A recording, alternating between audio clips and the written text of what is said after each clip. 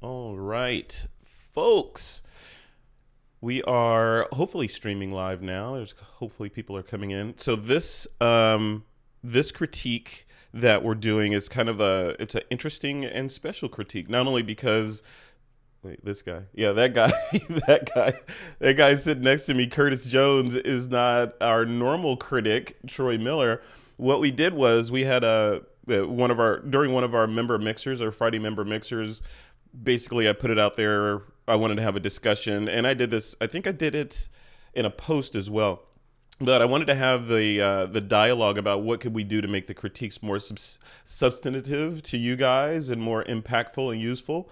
So there was a ton of ideas that came in, and one of them was mix up the critics. You know, me, Troy, whatever. So this first one is with me and the illustrious Curtis Jones right here, who's going to be critiquing on the topic of minimalism. So, which he is an expert at. Curtis, before we dive into this, the critique part of this, just for the folks that may not have heard of Curtis Jones, give us a little bit of background on your work and your motivation, and then also just a little bit about that. You have a course I know on Creative Live that is all about minimalism and that sort of thing. So tell us why you know who you are and why you care to be minimalist.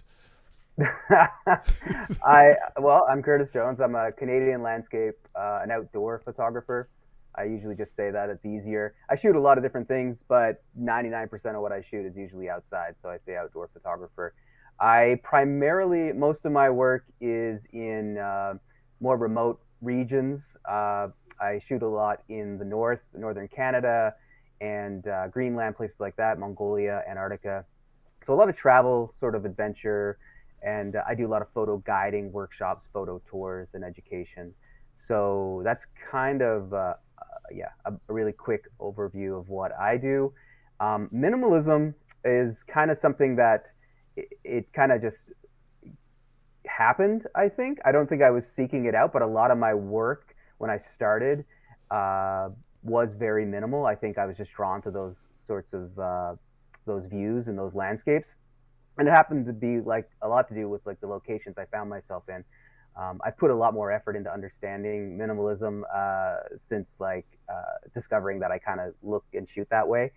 Yeah. And yeah, so that led to the Creative Live course, putting all that together. You know, I've kind of been shooting in that style for over 10 years, somewhat unintentionally at first, but very intentionally later on. So yeah, that's basically the course. The course Yeah. is pretty much what I know about the subject, which is not finite, obviously. But also the course is sort of a love letter, I guess, to like some of the places that I go and shoot. Cool. So it's like there's a lot of just being in these remote polar regions, that kind of photography and on location demonstration in the field kind of stuff. I love it. I love it. You know, and as I was preparing and writing the blog post or the event for this for the members, you know, I was diving in and looking at examples of minimalism on Pexels.com and on Behance and you know your website and all these different places trying to. And then of course I looked up what is minimalism just so I could have a clear understanding of what the actual word means and was it different from what I thought it meant. And I think I was spot on with what it means. It means just or maybe you can define it for us, right? The word minimalism, I thought it meant, or I think it means just an absence of clutter, right? Or you know, the Yeah, does your photograph spark joy? If not, get rid of all the stuff that doesn't spark joy, and you're left with the one thing that sparks joy. Is that that's kind of accurate? that's exactly the way I teach it. That's how I would explain it. I mean, I think it can get way more complicated than that. But at its most simple, I think minimalism is about that. I think it's about decluttering, simplifying, and getting rid of everything in your frame that doesn't help uh, tell the story or make the subject really shine. And so what I often tell people when you start with minimalism, it's really the simplest way to go about it is to make it as basic and simple as possible. But once you if you really enjoy it, you'll start to see that, and you're taking more and more of this kind of these photos, you'll start to understand that minimalism isn't always sort of that cliche go to, you know, single peer with a 10-minute exposure, black and white, fine art photo kind of thing. It can be a fairly complicated photo, but still minimal and simplified if that's what the subject sort of demands for the best storytelling. Yeah, yeah, it's really interesting. I mean, that's part of what makes photography in general so interesting. There's all these little tangents that then turn out to be fractals, right? Because it's like, oh, we're gonna Yeah, follow this one. Oh, there's another one. Oh, there's another one. Now you're just, you're in the weeds with this stuff, but in a good way, because it's yeah, almost a infinitely mineable obsession, whatever genre you decide to play in, which I think is it's really cool. exactly. And Um, it's helped tons because like I can shoot commercial work or editorial work or be assistant like for someone like Renee on like in studio work, and shoot those subjects in a simplified or minimalist way. They don't look like minimal images, but there's a lot of those techniques and whatnot going into it. Yeah. Yeah. So interesting. Well, let's dive in. And I know in the, excuse me, inside the community, you posted a couple of really cool shots. I'm going to share the community right now. You shared a couple of shots. And by the way, for the folks that are not members of the TWIP community, this is what the post looks like for critique submissions for members. So here's this inception. This is this embedded video that we're streaming into right now at the top. I'm not going to click play on that. I don't know if I may crash the universe, but it's got your submit guidelines. And then for this particular one, Curtis shared this video from an IEPPV, Inland Empire Professional Photographers and Videographers Association presentation that you presented on the art of simplicity. So that was a good primer to for diving in. And then there's a couple of resources in here, just like I said, examples on minimalism. Curtis's course on Creative Live on minimalism is in here. So, and then of course this minimalist portrait right here. We'll just let this sit on the screen for a minute right now, Curtis. Your moment of zen. Yeah, an uncomfortable amount of time. Let it yeah settle Yeah, let's in. just let it marinate. Where's the cricket sound? I gotta play the cricket. Burn that into your mind. Yep. So let's dive in. You posted these just to kind of prime the pump for the folks that are participating. So let's just critique these. Have you self critique these images and tell us what you, as the artist, were thinking when you created these? Yeah, so the reason why I kind of posted those three is because I just wanted to give an example of how it doesn't it doesn't have to be um, complicated. Sometimes with these sorts of critiques or competitions or whatever, there's very hard and fast rules, and I was thinking like it's less about that and more about just like going out and shooting and trying some of this stuff out. So this first one is actually a composite image, and that's not my strong point at all. Like I am pretty much a rookie when it comes to compositing, but I do enjoy playing around with it. And from time to time, it's nice to see if I can actually make something that fits my aesthetic or my style, but was a little more playful as far as like how I got there. So this is a drone shot of the North Atlantic Ocean off the east coast of Canada and Newfoundland, and then I've composited in a little boat shot, like a rescue boat. I think it was like a model that I took a picture of in Germany or Amsterdam. I'm not sure. Somewhere in Europe, while I was following Renee around and not really paying attention to road signs. Uh, and I just wanted to see if I could create something that, had some story, and a little bit of like emotional draw. And I don't think, to be honest, I don't actually like. I feel like it looks fake, and that's fine because, like I said, I'm not trying to necessarily come off as like a professional composite artist. But for me, it was fun to explore this idea of the vastness of the sea and why is that boat empty, and Mm-hmm. how much bigger is the story, and what else happened to get to this point, kind of thing.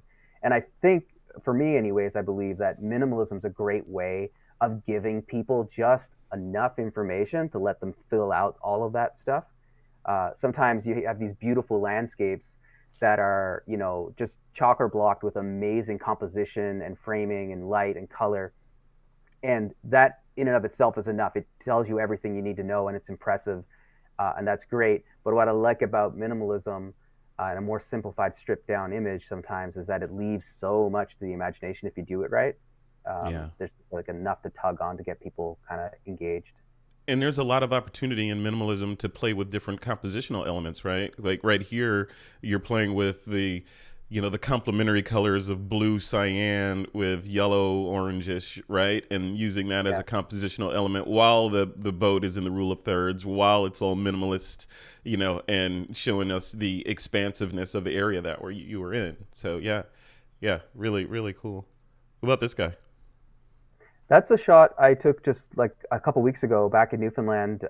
This time of year, well, it's always foggy, but this happens to sort of be like foggy season. I find the spring and early summer, and so I went up in St. John's, where I'm from, to the highest point, which is Signal Hill, and you can usually see the fog, like the tendrils, just coming in through the harbor and over the city. And so I took this shot just at sunset, so the sun is burning through really low through all that fog, and there's just enough, like a hint of what details might be in that photo. So if there was no fog and it happened to be, say, high noon or whatever, you would see a lot more going on in the water in the foreground. You'd see all the detail and texture in the trees on the shoreline there. There's probably a dozen houses or buildings over there that you can't see, and then beyond that is the city itself. So it gets like heavily cluttered with buildings and architecture. Yeah, So this is an example of using weather and atmosphere and the conditions to minimalize, like to kind of simplify and declutter a scene. that is so cool. Yeah, because it doesn't. When I think minimalism, I automatically think, okay, a white plate with one P left on it, or the stands of a giant stadium that are all empty except for one person sitting in there. All the seats are blue and one person with a red jacket or a yellow jacket on. Something Yeah. like that. But you're saying the entire thing could just be an exercise in minimalism, like this one. Yeah, I think that was really cool. Yeah, and I think it's born out of like just my background. I was shooting in places with a lot of fog, a lot of snow, a lot of atmosphere, and they were just by default kind of simple and decluttered and minimal. So I kind of leaned into it once I made that realization. But it's true that I feel like you can apply these concepts to any form of photography and get away with calling it like some form of minimalism. If it's less Right. complicated than the alternative, it's minimal. Right. Yeah. There you go. All right. And then finally, this one. I love this Yeah. one. So this is another example of, and it's interesting because the first two examples were color, and when I was first starting with the minimalist stuff, I was shooting all black and white for the most part because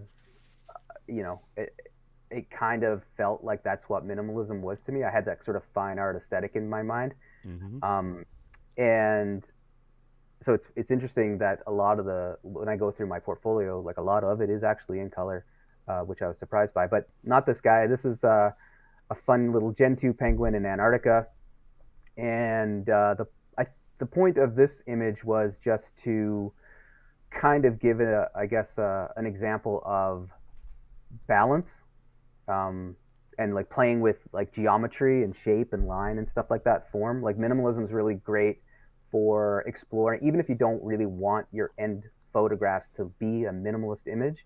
It's a great exercise to work those parts of your brain, because if you're only including the subjects that really matter, or the lines that really matter, or the shapes and the contrast that really matters, then it really forces you to like to make sure you're placing those things in the right spot, pretty much, Love it. Love to it. get the correct balance and weight. This is really cool. Really cool. I'm excited to dive in to the submissions now because there's been a couple, and I think you're going to find them interesting. And I know you've seen them already.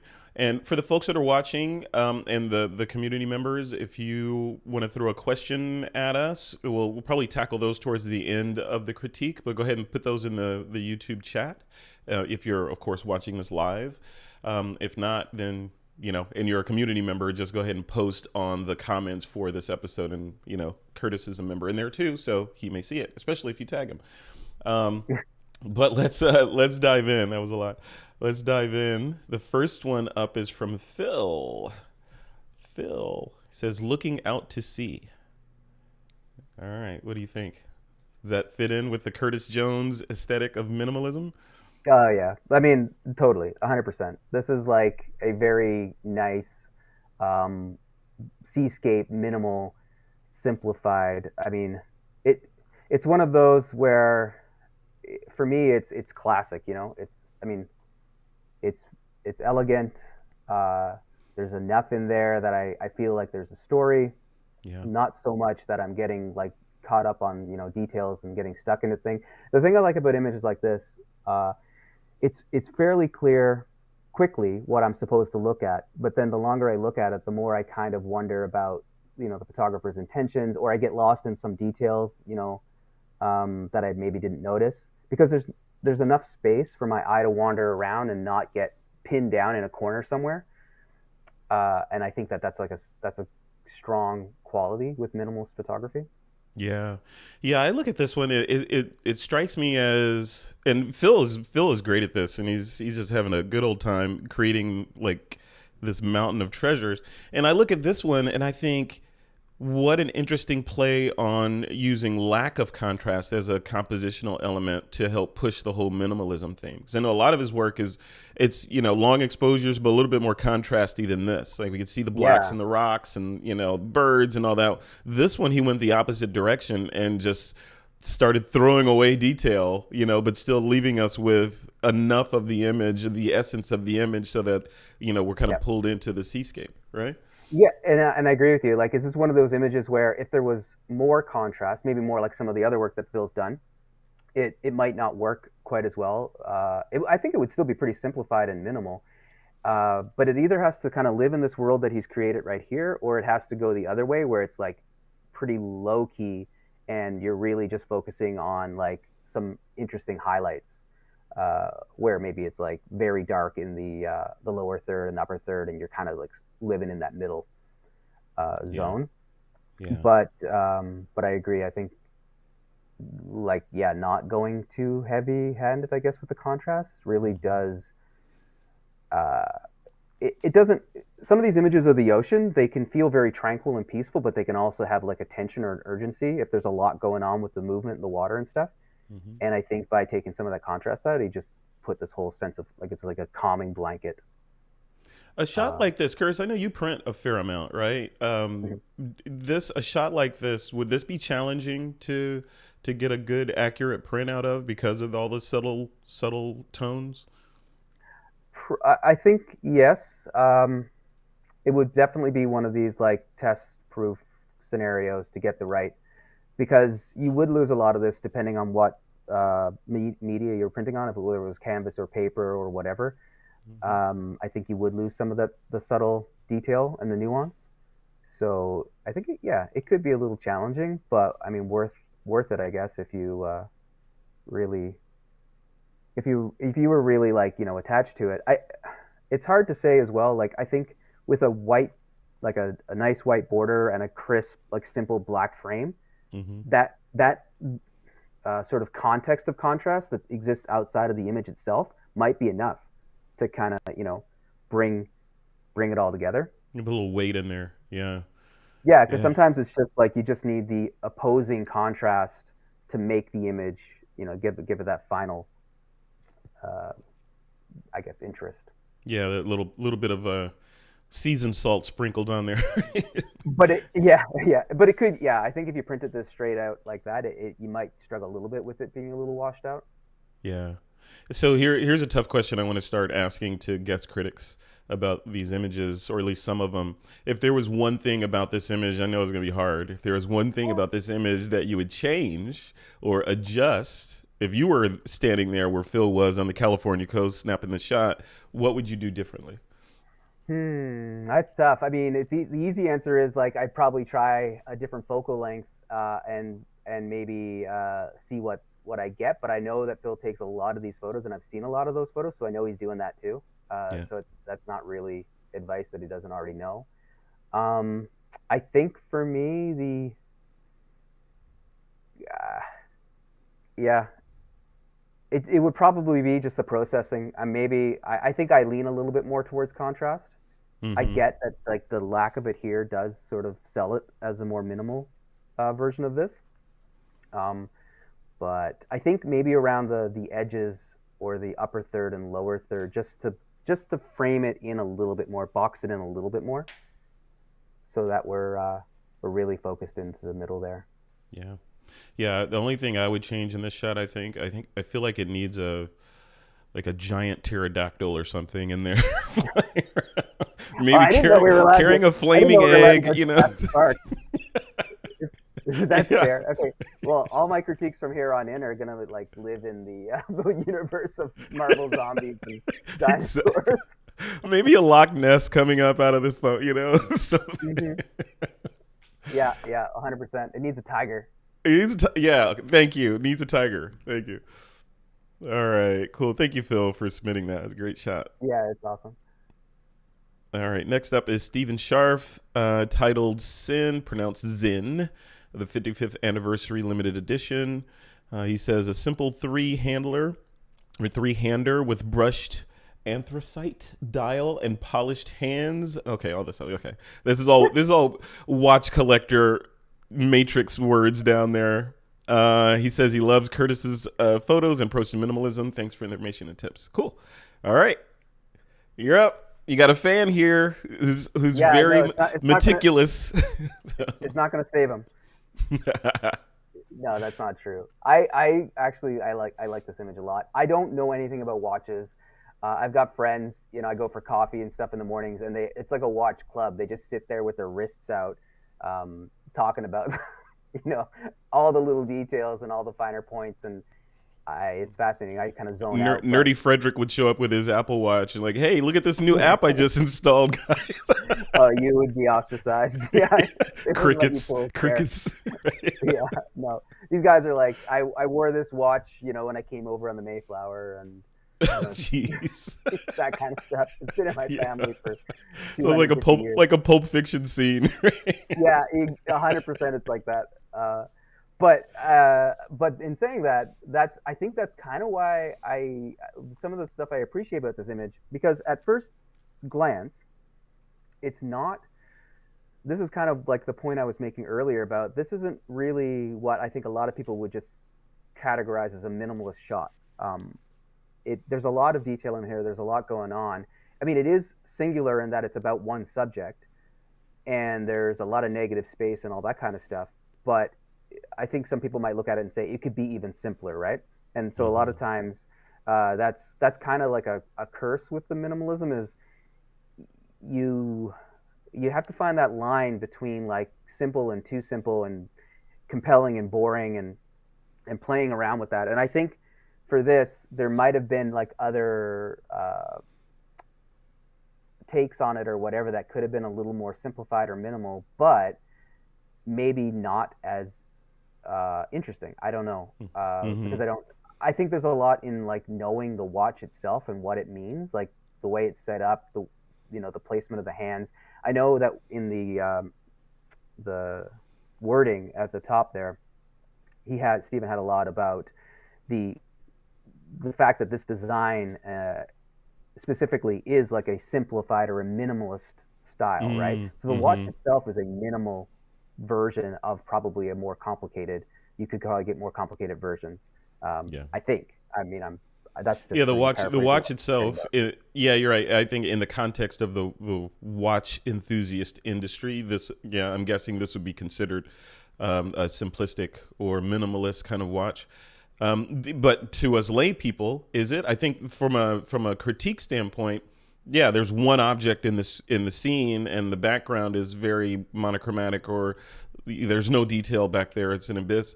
And I see what Stephen did by leaving a little detail on the bottom right for the watch to have something to sit on, or else it would be floating in the abyss of space. So I love this. I could see this on a San Francisco billboard, or walking down, at some expensive watch store in Union Square. I could totally see this or in Macy's on a Duratrans or whatever. I could totally see that. So this definitely fits in. I think it's what Stephen would say, and I'm channeling Stephen, the artist. Stephen Scharf is the artist of this photo. He would say, "Is it fit for purpose?" So is this shot fit for the purpose of the minimalism critique? Even though it is minimalism in the genre of the subject matter, is the shot itself fit for purpose for a critique about minimalism? I would say on the fence, right? Because I think overall the shot is minimal. It's very clean. It's very simple, simplistic. But but there's a lot of detail in there. We've got the stitching and the crown and the dials and the hands. There's a lot of things in there. So I don't know. I'm no minimalism expert, but when I look at it, I think minimalism, but I think I would think more minimalism if I was a watch person, and I looked at this like, oh, look how simple that is, Yeah, yeah, yeah. There's 85 features they've taken out of this version, um, but I agree. Like it is perfect. I think it's a very clean and decluttered, perfect shot for exactly what you described for branding and advertising and stuff like that. That's one of the fun things about minimalism too that a lot of people don't realize is that if you start incorporating this, you don't have to be a minimalist photographer, but you start incorporating some of these techniques and the theory, you're gonna open up this whole world of like stock photo branding, advertising stuff. Right? There's so much clean space here for product information or Oh yeah. logo or website or whatever. And a lot of people forget about that when they're trying to sort of sell their work that way. They Hmm. fill up every square inch thinking they have to show the potential buyer that they can like, fill the frame and squeeze in the details and stuff. But a lot of times this is what the layout people are looking for. This actually. Um, but I don't know. Yeah, like it's hard to say. I think he hit the mark in that he applied the techniques and the theory of minimalism to his subject. Hmm. But at the same time, there's like that question mark of like how much deeper could he have gone? You know what a question is? Because I'm looking at this, and as again, I'm not a watch enthusiast, though I have many. I don't obsess over them. I, Like a I have watch. no watch. I have a couple watches. I have. So let me put us back on screen. I have usually three watches in rotation at any given time. I have an Apple Watch, which I wear daily, and I have a non-Apple Watch, a Fossil smartwatch that I wear. It'll still give me alerts and stuff, but it looks like a regular watch. So I wear that if I'm going out to dinner or whatever, because I don't want to be the guy with the Apple Watch buzzing and all that. And then I have another dressier watch for dressing up, and that's it. But this one gets worn 99% of the time. So these kinds of watches, I think would not get the use that they want. I would not. I don't have an Right? opportunity Yeah. to wear a watch like this all the time. So No. Yeah. That looks like the watch that like gets like its own cameo in a James Bond film, right? Like yes, you pull it out of the drawer and it gets like 5 seconds of big screen time. yeah. Um, It could be genetic also, because I look at it as genetic in that I'm not genetically blessed with the cool gene, right? And that that cool gene of, of course you're going to wear that watch, and everybody who's cool will see you wearing that watch, yeah. and your status is instantly raised because you have that watch on, right? I'd never been able to play that game. So I'm not genetically blessed with being able to take care of anything. So, like, if you gave this to me, I give it 10 days. it'll be in the belly of a seal in 10 days. It'll look like Shackleton like fed it to a herd of penguins and then picked it up on his way back.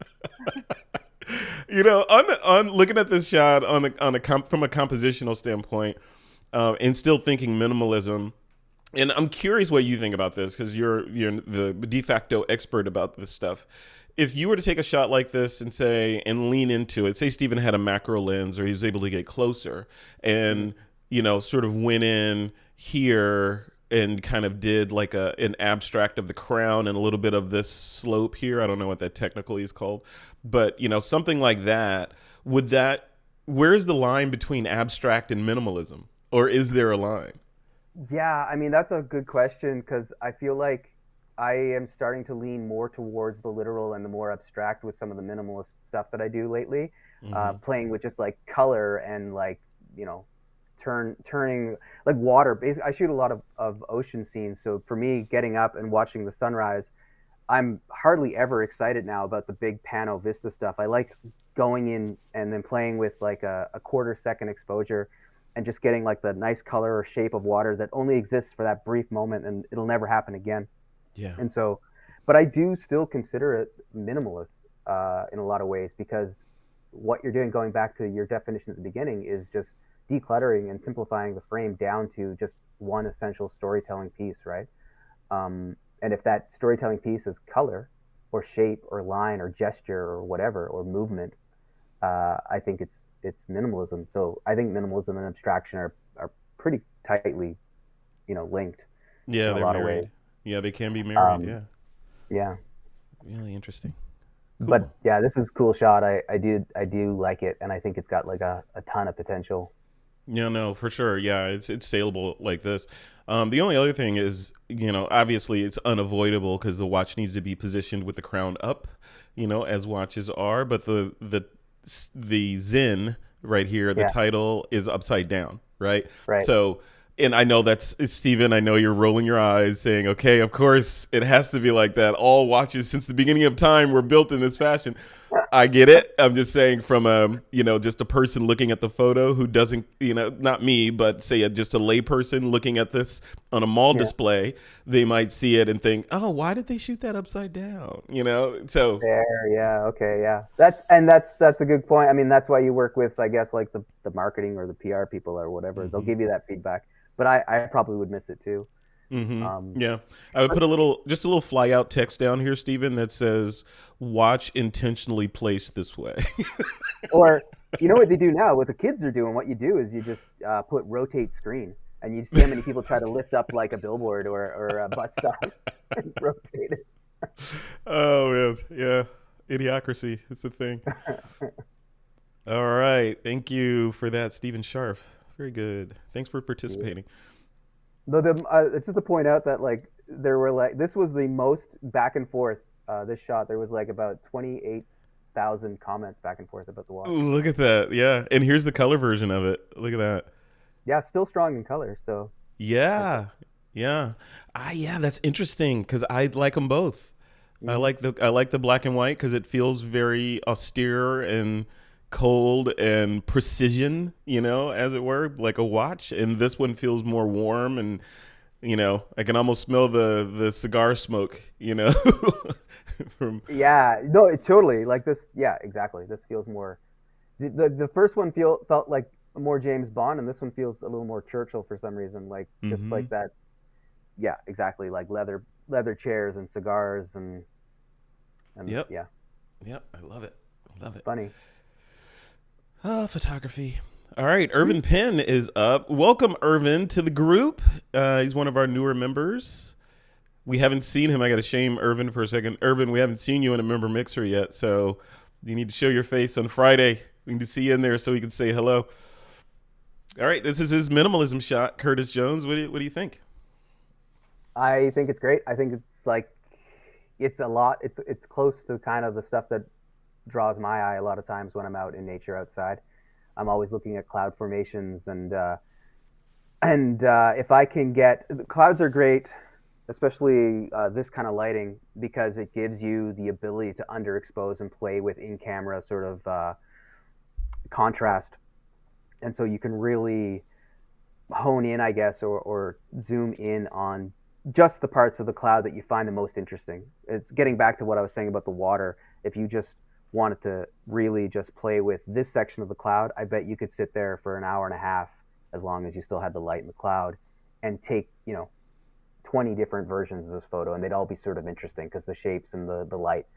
Um, What's great though, what sells it is the addition of the bird and waiting. I'm not sure if it was happenstance or if you found your frame, knew you had like some interesting contrast, light, shadow, sort of like going shadow, highlight, shadow, all the way through. So you're creating three layers from the bottom left all the way up to the bottom right to the top left, which is great. And then waiting for your bird to fly into it, or you just happen to be pointing your camera there, which happens all the time to me, and a bird flies in or whatever. But either way, the bird is like that icing on the cake, right? I think it could be a cool photo too, but way more abstract without the bird. It's funny how that bird sort of grounds it in a way. hmm Um, It drives and it does the opposite of the whole, your eye goes to the brightest area of the exactly. photo. Your eye is going to the most contrasty area, which is that top area and that bird, of course. And when I teach this, a lot of people just assume that positive space has to be brighter than negative space. Negative space is dark, and I guess that's like just an outcome of the words themselves. But this is an example of how negative space can be dark, as in the sky. Uh, but I feel like the cloud with the brightest highlight is also negative space, and then that bird is positive space, right? Yeah. So it's Yeah. you can have all of it What do you in think? one. I'm looking at this, and it maybe it's just be an artifact of this stream, but it feels like this is a hair soft, like around the bird. I feel like I don't know if it's motion blur or if this I was couldn't. cropped in on or just I don't know. Are you seeing Yeah, that? yeah. When I looked at them earlier, I had them like a larger version on my screen, and kind of had the ability to kind of zoom in a little bit or whatever. And that hit me too, is that it was soft, Yeah. and I don't know if it was a slow shutter or or what. Maybe a long telephoto and some wind. Mm-hmm. It's hard to say. Uh, or maybe it was just taken at a low aperture, and this is like a super cropped in That's edit. what I was thinking. Yeah. Yeah. Maybe. Yeah, Yeah. Yeah. but it is. That's the thing that gets you right because like you're saying, Curtis, when you're out there, doing a bunch of shots of ocean, scenes that will never happen again. All the conditions were right. You got your neutral density filter. You got your tripod. You're blurring it. You nailed it. And you get back in that one shot that you wanted. It's just a little bit soft, Oh, right? e- Just, easily 80 to 90% of my shots are that. Like you, uh, yeah, it's crazy because I think we're just so used to seeing photos on cell phones, where they literally can be like super soft, but because they're so small, and we see them in grids and stuff, and we see them for like half a second as we scroll through, we don't typically, I guess, notice as much. But then also we're trained to look at the back of our cameras, the smaller LCD on the back. So it's I always tell people that if you're really psyched about a photo and you want to know for sure that you nailed it, get in there and look at your histogram and then zoom in to like 100% on the back of that camera. Because yeah. if it's soft, you're going to take it again. Yeah. Like, And there's people in that zoom in on the eyeballs, right? Just mhm. zoom in, make sure there's some kind of detail in there. Yeah, Well, cool. All right. So, yeah, this was good. Irvin, thank you for sharing this yeah, shot. awesome. And welcome to the group. He calls this one freedom. All right. Next up is Nora Zanotinus. She calls this one exhausted. Yeah, I know this feeling. Look at that. Yeah. What do you think? I will say that one of the things I like about this style of photography, minimalism, is that it really gives people the opportunity to play with mood and emotion. I think it's one of the easiest slash hardest ways to convey emotion is with using minimalism, because I feel like it's easy to just convey vastness or tranquility, Mm-hmm. or aloneness and things like that, or solitude with minimalism. It's just by inherent kind of in the compositions. But then there's this other layer of storytelling that gets a little more nuanced and complicated. And I think that's what Nora's done really well here, is that this does feel exhausted. It feels tired. It feels, you know what I mean? It feels like it's put in a hard season or Yeah. whatever, right? Like it's been through the ringer. And so, if there was more color in this, if there were more competing subjects for our attention, if she didn't have the space around it in the way that she did, I think all the decisions she made, whether they were conscious, intentional, or not, all built to this perfect pyramid point of like this thing looking like the feeling of being exhausted, Mm-hmm. which is strong. I mean, that's a lot of what photography kind of is, right? Is getting your intention across and people just picking up on it when they see it. Yeah. No, for sure. Yeah, I look at this and I instantly get that, right? Without what did she title this again? Let me go back. She titled Exhausted. Exhausted, right? So the title Exhausted, I instantly feel that when I look at this. I feel Yeah. like I said, like when I brought it up, I said it tongue in cheek. I've felt that way before, right? We've all felt Yeah. like this. And yeah, it definitely looks drained. It looks like it did its job and it's over, right? And yeah, and in photographically, even the thin border that kind of pulls me into the thin stem there, and the positioning of the dead flower and close to Yeah. the rule of thirds up there, it all It, works really well. It's very it's simple. really well balanced, and that's hard to do with these minimalist shots because you usually have so much space. You have to be really, really particular about where you put your subject. because it's so Yeah. noticeable. Then you don't have any other crutch to kind of like visually give you an out when people ask like, why did you do this or do that? Mm-hmm. Yeah. Very cool, Nora. I love this. Yeah, and I'm looking at the title here, Kitchener. She's got at the top there. I'm hacking this. I see she did it with DxO in the Oh, post processing. there's Sherlock Holmes in the photo. His forensic tracks there of how this photo was made. Awesome. Nora's kitchen with in process of DxO.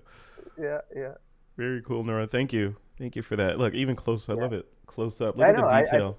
Look at It's that. super cool. And that border too is like a good example of what I was saying earlier about putting a contrasting border or mat around. Mm-hmm. Sometimes it's all you need to bring the attention back. Like you don't actually have to change the contrast of the subject or the image. Yeah. Yep. Use all the compositional elements. Mm-hmm. All right. Up next is Craig Stamfley. He says, "Rain, rain, go away." They're gonna getting their fair bit of rain in Australia right now. Look at that. All right, minimalism. What do you think? So, and one thing I wanted to just point out, Troy Miller and I joke back and forth about borders. He's a big fan of sloppy borders on photos. So, and he's probably made several $1 million by putting sloppy borders on his photos. So, it cannot be denied that his customers like that, which is great. But I'm wondering on a shot like this, Troy's involved with IEPPV, the Inland Empire Professional Photographers and Videographers Association, down in the Inland Empire in California. So part of their composition rules say that this kind of framing is acceptable, which is fine. And I don't want to use the word acceptable because that leads to think that I don't think it's acceptable.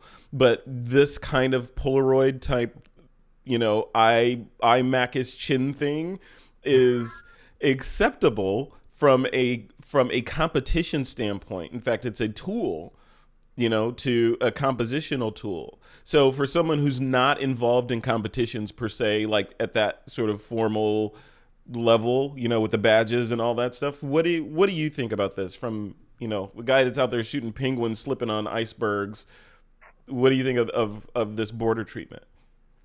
Yeah, that's a lot to take in. I mean, I Mm-hmm. honestly, you're right. I have zero like actual training when it comes to critiques and competitions. I was just talking to some friends the other day uh, at a landscape conference I'm going to be doing next week, and we were doing some judging, and I brought up the fact that I've never entered a photo into competition for anything, like amateur or professional. And it's not because I don't believe in the stuff. I guess it's just not part of my uh, the way I'm wired.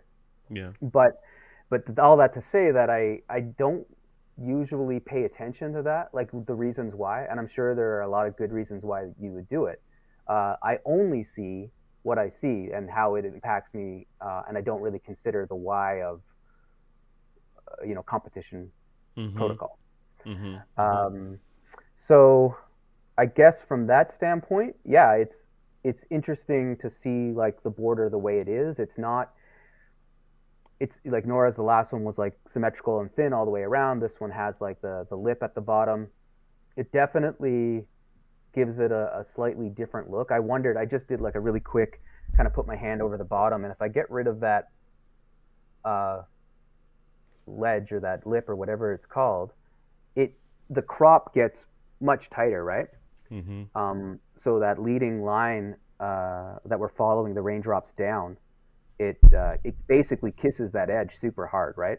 So Mm-hmm. I wonder if that would change like the feeling uh, or the tension, I guess, in that part of the photograph if there wasn't that space, sort of the negative space below it, because that's what space does, right? It allows for more breathing room. It allows for the weight distribution visually, the way we look at it, where our eyes rest. So this border does affect the image for sure. Yeah. Um, Yeah, it's interesting. Yeah, and I don't know. I'm obviously no competition judge either. I look at these, like I've said many times in the community. I look at these shots as I'm looking at them not as some sort of dyed in the wool expert. Although I've spent a fair amount of time around this stuff, but I'm not looking at it through those eyes. I'm looking at it through more of a layman's subjectivity eyes, right? So if you took the shot and put it in front of 1,000 people in a mall or in some area, right? And they're looking at it, would those 1,000 people unilaterally think that this is a good shot, and why? Or would they have a Hmm. problem with it, and why would they have a problem with it? So when I look at these shots, that's kind of what's going through my head. Like I'm looking at them from a, okay, competition. Yes, I can see why, if a judge said this, oh, they did the so and so blah blah blah technique of the large border on the bottom of the shot. I get it, and it probably placed high because of that. But if you put this in front of, Mary Sue from Minnesota, and she's looking at it and she just happens to like that kind of flower, and this is presented like this, would she have the same reaction? Like, would the Right. normal layperson look at this and say, yes, absolutely, I need that on there? Or is this more destined to be critiqued by someone, in a judging Yeah. capacity? Yeah. That's it's tough because like I was saying earlier that for me, photos, no matter who takes them, me or anyone else, wherever I see them, I always ask that question of, if it was a print and hanging in a space, does it work? Mm-hmm. And so, if this is a print and it's hanging in a space, like in a cafe or at someone's home or at a place of business, um, is this how it would be presented, or is this specifically for competition? I feel like I'm sort of like just picking at a thread I don't understand here. I'm sure there like Craig could probably fill me in as to like the where and whys. But for me, like I look at it and I wonder, is there supposed to be a title or the artist's name or something underneath? Because I know that sometimes when I print for shows, for gallery shows or museums or stuff like that, I they request that I print them this way so that they have the ability to put the necessary info at the bottom. Because otherwise, if they don't leave that white space, that's sort of asymmetrical on the bottom, and you get like the printed edge that's equal all the way around, it looks weird and offset. The balance doesn't really sit as well, right? The weight of the Mm-hmm. image, everyone's like, why have you crammed all that stuff in there? And they're not paying attention to the image. And I don't know if that's part of the reason of why it is the way it is. Yeah. Um, I want to have a conversation about that, and when we do our weekly member mixers or whatever, or another forum where because we've talked about this border stuff and competition versus non-competition, all that. I would really love to have, and bring some other people in there as well, some outsider photographers with varying opinions on border versus no border, watermarking versus no watermarking, yeah. those sorts of, because I honestly think it's almost a binary consideration when it comes to, if the end product, or the reason that you're creating this photograph, is to be judged by people that adhere to a certain set of rules, then you have to shoot that. It's like Stephen Sharf says, fit for purpose. You have to shoot that photograph in that sandbox, if those are the koi fish you're trying to feed, right? The judges. So you got to fit it For in sure. that box. But if you're not, if you're just shooting it for the aesthetics of the photo, or to tell a story of some sort, or to elicit some sort of emotion, then those rules don't apply to you. They may overlap. There may be a Venn diagram, but it's not going to be, okay, well, I have to do this and I'm not allowed to do that because it will score poorly if I do this thing that I really want to do. So Yeah. that stuff is where I don't know. I want to say I have a problem with the judging stuff, but it just feels antithetical to the creative juices, right? And the whole purpose of photography is to tell a story in a frame. But if you're telling a story in a frame with rules, aside from our general, compositional rules, like, rule of thirds and all that stuff. But if you're playing by this list of rules that, oh, I got dinged down because my border was a half a centimeter too thick or something like that, it feels like Yeah. it's not conducive to being better at photography as a whole. Maybe a better contestant, but not a better photographer. I don't know. I know that's controversial, but Yeah. I'm curious to hear what maybe you think and everybody else. Yeah. I mean, I think that if the, so I mean, I've seen lots of Craig's stuff, so I know he's an amazing and a talented photographer. And even that photo, I mean, it's a beautiful photo. We didn't even talk about Mm-hmm. the photo, but Mm-hmm. it's a great image. Um, but I think that as far as competition stuff goes, and maybe the one of the reasons why I shy away from it is because I don't really concern myself or my own work with. I do want critique. I do like to know what other people think, but those check boxes kind of bother me for my own stuff. Like if I Mm. have to check the box to get it to the next level. That said, I think there's a real place for people if their brains work that way and they want to enter these competitions and they know what they're getting into before they get into Yep. it. And Yep. the rules are you have to present a certain way and it has to be a certain format and scaled or cropped or whatever. Uh, as long as everyone's aware of that and it's fair, and I guess that's part of the competition's lifestyle as well, is that they have to create rules to create fairness when it comes to judging. So it's not just, uh, I guess, whimsical. I'd assume. I don't know. Yeah. Um, but I didn't even realize that like if his crop was like off by an inch or a millimeter or half of whatever in one way or the other, is that enough to discredit his photo? Like I I don't don't know know. how I serious. think so. I don't know. We need to get people Okay, on that are more qualified, yeah, we're with walking judging out and of, stuff. but But I yeah, look at the other side of that coin, Curtis. I think is yeah, you could say, yeah, you're constraining yourself and, you want to be creative and be free with your art. And that's, not the nature of photography. And the judging is too constricting and these arbitrary rules are BS and why, Um, but I think the other side of that coin is some people excel and do better when constrained. Like some plants oh grow yeah, better in smaller pots, right? And or even the person that likes to build a ship in the bottle with the sticks, going through there with the glue. The process and the constraint are part of the enjoyment, I think. So maybe that's the other side of it. 100%.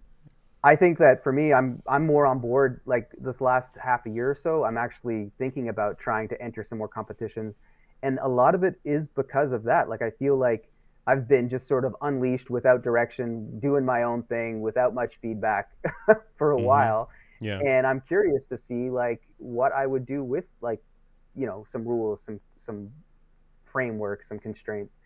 Um, so I agree with you, and I think that as far as learning goes, we're all wired differently, right? Some people are going to respond really, really well to that, to knowing what the steps are and then working within the steps Mm-hmm. to figure out their vision or their style or where it falls, I guess, for them. So they can see not even like compared to other people, but compared to themselves a year ago or 2 years ago. If you don't if you don't have some sort of objective way of looking at things, you probably can't necessarily quickly identify where you're progressing or where you're kind of getting hung up, right? Yeah. Yeah. Um, but then other people I know that I teach, if I try to give them any kind of like sometimes we give like these little like you just said, I'll say, okay, for the next hour and a half, you can only shoot with a fixed 35 or something like that, or you can only shoot within 10 steps of where you're standing right now. Some people's brains explode. Like that's just Mm. not, that's just not how they create, and it Mm. doesn't work for them. Yeah. Yeah. So interesting. Again, no correct answers in photography for the most part. It's all subjective with an asterisk, right? Okay. So this photo, Craig's photo here. Oh, So photo. compositionally, sorry, Craig, we got hung up on the border and all that stuff, and Yeah. we tend to go off on Maybe the that rant. was his point. Maybe he was trying to like get that reaction. Yeah, That's weird. maybe. But compositionally, aside from the border and all that controversy, what do you think of the shot? I think it's lovely. I think it's a nice uh, detail of definitely something that would have been very colorful, very I don't know if it would be cluttered, but I know there'd be a lot going on if he wasn't honed in on this particular piece of the pedal and the raindrops. Um, and then like so that's one thing, and then the background is beautiful. It's soft. It really like lets the eye kind of go out of the frame. What I didn't notice at first when I looked at it, and what I'm seeing now, is that he's done a really, and I think maybe um, subconsciously it was there, but he's done a good job of kind of including just enough interest with a similar color over on the right side so that we don't go so far to the right and get lost out there. Mm-hmm. It kind of like drives my eye down to the right, and then I follow that border all the way back up into his like primary subject again. Yeah. Um, and then without that little bit of like that element, that little touch of yellow over there, it would probably feel a little unbalanced. Yeah, Too much yeah. going There's on, those. too far to the left. So that's an interesting addition, and I think it's like well done. It's curious whenever I see these crops, and I play with this too, that are so close to the edge like that. Usually, it's you're trying to create a sense of like tension, Yeah. or get people a little bit anxious about your image, which is interesting considering the subject matter. Um, and it really does feel like it's like these dewdrops or raindrops are lining up like lemmings, and they're like just going into the abyss, right? There's like one by one falling off the edge of the world, their world, you know? See, this is Um, yeah. What would a psychologist say if that was your yeah, the yeah, Curtis Jones of Rorschach test? I see yeah. in this Oh beautiful man, petal, I see living things hurling themselves off the edge into the abyss. everything into the void. Yeah, that's my default, Yeah. my one philosophy that's carried through life. I look at this shot and I think like this void space in here gets me trapped, and it's for looking at the side of this the flower, which is clearly the subject, right? So I'm looking at the subject. Mhm. Yeah, I love that, and I love the detail. It pulls me into these droplets. Like always want to see if there's a reflection that's recognizable in the droplets. So I'm getting pulled in there, and then I feel like I get lost in this abyss. I get that it's minimalist, but I do feel like I get a Yep. little bit lost here. And this on the right side, I feel like this right side is a little maybe could be pushed back just a little bit more so it's not that distracting. And then Mhm. overall, I feel like maybe it would have like I don't know, like I get lost in this middle area and maybe a square crop with this cuz then that gives us sort of the square symmetry, and then with this sort of triangle on the side here, and then the abyss Yeah. as a third element down there. And like if it was cropped square, then instead of having like one, the main subject, this background, the abyss, and then this stuff over here, if you cut it in half right here, then you have the main subject. It's three basically. The main subject, whatever this background area is here, and then the abyss, and it just sort of, I don't know. That might make it feel more balanced to me. Right now, it feels like it's waiting. Maybe it's waiting for Yep. text or some other layout elements on top of it. But Yeah, okay, and it's perfect for that. And like I said, what you're right. I mean, that right side could be a distraction. Maybe it could be knocked down a little. But if it wasn't there, it would be that unbalanced nature. I think would be even more prominent. you'd fly off, right? Um, You'd fly off the yeah, you would side. just go right at it. So I think like a crop, like you just mentioned, would definitely help take away from the void, but also the addition, I guess, of something in the kind of middle to top right. Or even like a If content aware. Do you ever use content aware scale where you can basically paint a mask on the flower here and freeze it so it doesn't move at all? And then Yeah, scale the whole thing back this way, and these yeah, elements over here would basically just squish up on squish that in a little side. bit. Yeah, Yeah, they would yeah, squish in. something like that. If it Hmm. was, if it was like a bee or a butterfly, I don't know what it would be, but something minimal that didn't distract too much, or Yeah, the crop. yeah. Um, but the thing I find interesting about this is that if we zoomed in more, like if he telephotoed in, macroed in more, it's interesting that we'll start to run into the problem of we think we're simplifying by getting in closer and just focusing what's important, but then we're opening up this whole new world. And I thought about it when you said like you're curious to see what the reflections are, and all of a sudden the shot gets even more complicated and less minimal Mm, because we're wrapped up in like this whole world of reflections, right? It will look like a lot more is going on. yeah, no, for Yeah. sure. So Really cool shot. Yeah, we spent a lot of yeah, time and I talking and I, about this shot. I like the color. I mean, obviously the colors work well. So Yeah, no, absolutely. Colors are perfect. Yeah, really cool shot. Excellent. All right. Thank you, Craig, for that. It was Craig Stampley, Down Under. And next up is Jim Peters, Spin. The setter watches, waits, and pounces. I'm guessing there's a dog down there somewhere waiting for that. All right. What do you think? okay, so until I opened the image and saw the file name, I didn't know what I was looking at, which Yeah. could be good, could be bad. But it says beach volleyball, and then I was like, oh, it's the net, and the setter is the player. I get it now. Waiting for the, you know, this for the ball. Yep. So it tells a story. It's definitely minimal. It's got some interesting elements. Um, I I think it has all the elements to be a really strong minimalist image. I just think that I probably would have framed it a little bit differently. Hmm. Hmm. Yeah, I'd like to see more of the net, like the top of the net, and then the ball kind of, I don't know, centered or something like that over the net. You know what I mean? If it was like a Yeah. blue sky with just the this much netting and the ball coming like directly over the top, and that was the image. Um, I for That's just my own personal take on it. Yeah. Could be a stronger composition and still using the same elements. That said, I think it still does a pretty good job of telling a story and and giving us like, that minimalist feel. Hmm. Yeah. No. Yeah. I agree. I agree. Everything you said, I agree with. Yeah. Pulling back a little bit, or maybe catching the ball when it's down a little further, so that you can pan down and get a little bit more of the net in there. I think if there was just a Exactly. little bit more of the net in there, you wouldn't need the caption to sell it, because Yeah, oh, ball in air, net, volleyball. Right yeah, now, yeah, yeah. the bottom right is too abstract, I think, for us to know without having a little some words to go along with it. And then Hmm. secondly, I'd probably get rid of this little antenna thingy there. I know that's, it needs to be there for the Yeah, sport, but for the shot, just for simplification, I'd probably get rid of that and maybe shave this wood down too a little bit, just to yeah. make it more simple.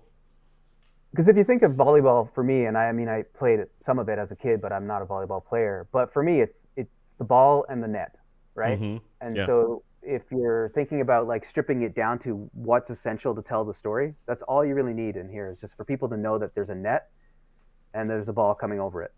And Mm-hmm. then yeah, so some of that distracting stuff in there that you just mentioned kind of takes us out of there. It seems like it's just part of the net, but if you're really thinking about it in terms of how simple can I make it, you do want to get rid of that stuff. Yeah. Yeah. Absolutely. And then the ball, obviously volleyballs are different these days, right? But like the stereotypical kind of iconic volleyball would have sold it better too, right? Because they're Oh normally yeah, it's white. yeah. This one, because it's a non-standard, quote, non-standard volleyball, you look at it and we get lost there too. Like, what is that? Is that a UFO? What is that? Mhm. What are we looking at? Yeah, Whereas if it was a volleyball, we would know, another piece of information about what's going on. and it's a weird. This is another one of those like softness or sharpness kind of can pull you in or make it. It can make or break. And the ball itself is spinning, and then it's slightly out of focus. And the fact that it's kind of like it's got that Red Bull like X Games look to it. Mm-hmm. Um, it takes so much of the weight. Like everything wants my eyes to go up and stay on that ball. And then when I get Mm-hmm. there, I look at it and I go, why is it kind of soft, right? Or Yeah. Right. Right. um, Right. Right. and I don't know if that's like again, if it was just white, I wouldn't notice it as much. If it was more traditional, or if it was shot at a faster shutter speed and you didn't get the blur, um, yeah, not sure. But I Yeah. mean, it is. It's not like you're going to stop the game and tell them to use a better ball so your photo will look better. Exactly. Unless it's a movie set or something. Yeah. Yeah, Cool shot. All right. Thank you, yeah, but it Jim. is cool. I like the idea, and I think for me personally, like if I was there, I'd be really interested in playing with these subjects. I think Mm-hmm. there's a really strong uh, thing to be had there. So I don't know if it's somewhere where they can visit again and try a bunch of different like framing or whatever. But Yeah. Yeah. Yeah. It's just I really think if there was just more of that net in there, yeah, that would have gone a long way. And then get rid of that little guy there. All right. And I think we have an. Is there another shot? Jim put in two shots, so we can only critique one. mhm. So let's move down. And is that it? Is that it? All of the shots? That's We should it. have critiqued this one. This one's more minimalist. Look at Maybe that was his intention. I don't know. that. I know. Maybe that Yeah. was the Oh, setup. we could talk about it. I mean, since we're here. Look at this one. What do you think of this one? Normally, folks only submit one image, but since we're here and we're at the end of the show, we'll do this one too. We're all riled up. Yeah, we're all riled up and Uh, critical. yeah, hypercritical now for the last shot. Well, I mean, the last shot kind of stands up though. It can be hypercritical because this is a pretty minimal shot. and it's singular in its subject matter. It's got nice symmetry. It's got strong shapes, nice contrast between shadow and light. Um, yeah, it's simple. It's minimal. Yeah, this is Um, definitely that. I look at this shot and I think, I'm channeling Troy Miller, but what, folks that are watching this, what would Troy Miller say about this shot? Troy Miller would say, yeah, maybe black and white. That's what he would say. yeah, yeah, yeah. Yeah. What do you So think? Would you go black and white with I this? this is a really good question. So again, like when I'm talking about minimalism or trying to teach it to people, and they ask me like, why would you say color over black and white? And this is one of the reasons. Sometimes it doesn't matter, right? If color is not adding any value to the image, it's not helping tell a story. Take it out, make it black and white. Maybe it's a stronger image because this image really does rely a lot on form and shape and line and light and shadow, right? And all of those playing together.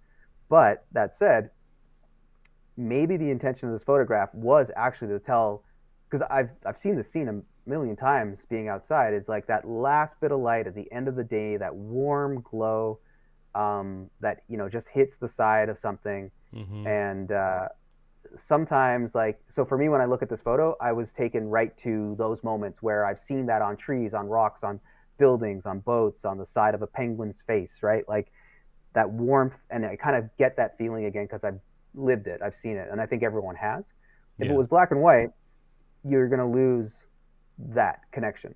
Yeah, it's true. Um, That's it, very true. it You doesn't lose the warmth. mean Yeah. color's better than black and white or worse. You're just depends on what you're going for. Like, is part of this minimal image to convey a sense of warmth and a connection to that moment, right? Yeah. Very good. Yeah, definitely makes sense. Well, cool. I think that's it for all of our submissions. And we're not doing part of the feedback that came in as we were sort of talking about how to rejigger these critiques was doing a favorite or a favorite pick may not be the best thing, considering the whole purpose of the critiques is to give feedback, right? It's not a contest. So why is there a winner? Maybe we'll do winners for some other projects that we're going to launch. But I think for the critiques, we won't do what's your favorite shot of the bunch because it kind of doesn't One of apply those, here. I mean, one of those first three could probably.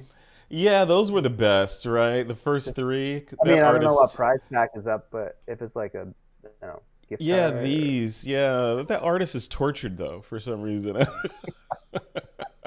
It's a tortured artist.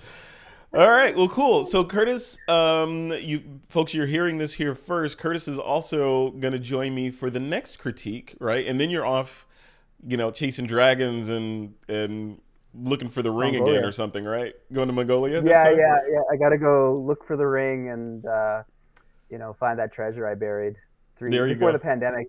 I left I left the kettle on in Mongolia 3 years ago. And thought I'd be back. You need to go. You need to go take care of that. That's cool. Yeah. So I'm putting you on the spot. So for the next critique, which I believe Oh will man. be next Monday. We'll just call it next Monday. My computer's acting crazy.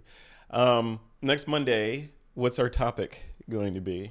This one was No. minimalism. I Can mean, Curtis come up on the fly with a critique topic?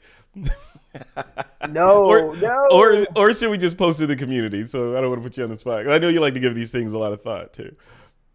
Well, I mean, I feel like if I just say something, the first thing comes out of my mouth is just not going to be an interesting thing, like Yeah. triangles or whatever. Yeah, no. Um, No.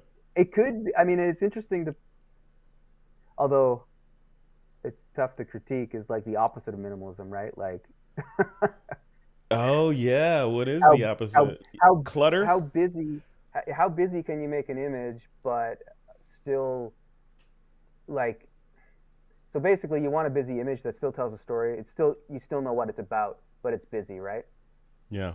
Yeah. So, like for example, your background is there's a lot going on, but it's orderly. It makes sense. It's well designed and put together. I don't know. I'm assuming that's intentional, but you got a lot of really nice lines and shapes and complementary colors, things going there, symmetry, repetition. Uh, but it's busy. Yeah. It is busy. There's a lot of high frequency data back there. I like that. I So like maybe that topic. Uh, order out of chaos. yeah. I like that. Yeah, let's So we'll noodle on that, but that's the general topic direction, I think. But what the name of the critique, we'll figure that out. But I think it'll be something basically the opposite of simplicity and minimalism. I think that's perfect. That's the perfect bookends for this. Okay, cool. All right, Curtis. So let's wrap this one up. Thanks for joining me. And folks that are watching this that are also members of the TWIP community, please comment on this post and let me know what you thought about this. Everything is happening in one post in the community, right? All the videos embedded there, the instructions, all the submissions are in there as comments. And then now after the fact, if you give us some feedback on how you think this kind of slight adjustment to the critique format went, so we can adjust as we go forward. And are you happy with, having different judges in here? Are you happy with the lack of a favorite? Should we have a favorite? All that stuff. So constant state of iteration as I build this ship in the bottle that is TWIP. All right, Curtis, if people want to look at some of your work or, keep going with this minimalism stuff, what's a good location for them to track you down at? CurtisJonesPhoto.com is a good hub, and then on Instagram at cjonesphoto is usually a pretty good spot as well. And if you're interested in learning more or hearing me talk more about minimalism, or you want to see a bunch of cool sled dogs in northern environments on remote Arctic islands, then there is that Creative Live course on minimalism as well. I think it's a few, maybe 3 hours ish, over 20 lessons. About all this stuff, but also if in the TWIP community or just in general, if people want to reach out and ask me any questions about this stuff or anything we talked about here today, if you want to critique my stuff, I'm always up for that. So always available to talk and chat more. All right, excellent. All right, Curtis Jones, we'll leave it right there. Thank you for taking the time to do this, and we'll see you in a week in 23 hours. 23 hours and 15 minutes, something like that. All right. Thanks, Curtis. We'll see you next time. Bye. Thanks. All right. See you guys. Thanks, everybody, for tuning in.